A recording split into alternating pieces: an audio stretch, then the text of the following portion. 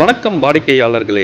நேற்று எங்கள் அழைப்பை ஏற்று பொன்னேரி பழவேற்காடு அருகில் அமைந்துள்ள எங்களுடைய புதிய வீட்டுமனை துவக்க விழாவிற்கு வருகை தந்த அத்தனை மக்களுக்கும் நன்றி. நேற்று ஒரே நாள்ல 300க்கும் மேற்பட்ட வீட்டுமனைகள் புக்கிங் செய்யப்பட்டன.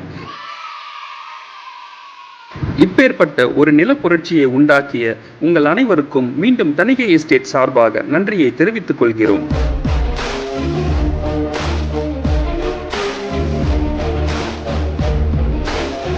நாங்கள் ஏற்கனவே பழவேற்காடு ஒரு பெரிய டூரிஸ்ட் ஸ்பாட்டாக டெவலப் ஆகுதுன்னு பல வீடியோவில் சொல்லியிருந்தோம்.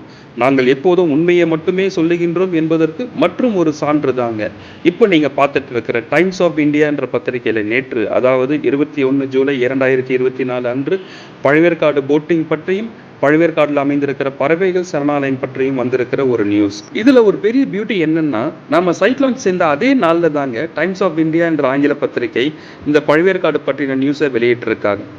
நேற்று உங்களில் ஒரு சிலர் பொன்னேரி அதிர்ஷ்டம் பிளாட்டை புக்கிங் பண்ணுற வாய்ப்பை தவற விட்டுருப்பீங்க.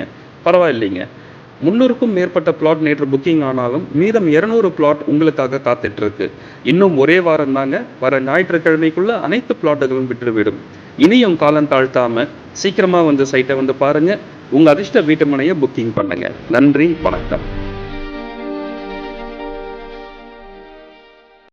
இப்போ நாம புலிகேட் பத்தின சிறப்பம்சங்கள் என்னன்னு பார்ப்போம்.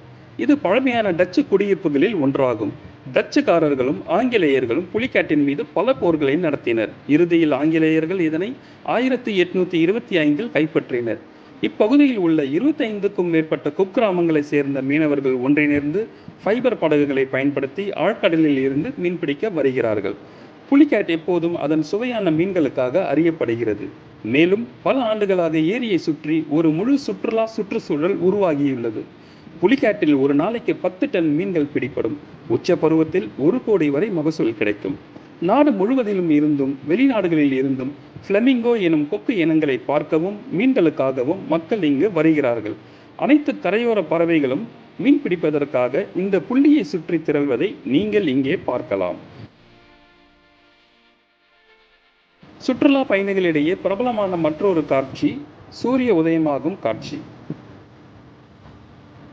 புலிகேட் அதன் 759 சதுர கிலோமீட்டர் மிகவும் பிரபலமான பறவைகள் சரணாலயத்திற்கு கொடுத்து இது புலம்பெயர்ந்து வரும் பறவைகளை ஈர்க்கிறது.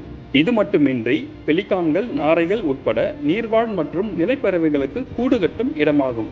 வனவிலங்கு புகைப்பட கலைஞர்களுக்கு இது சொர்க்கமாகும்.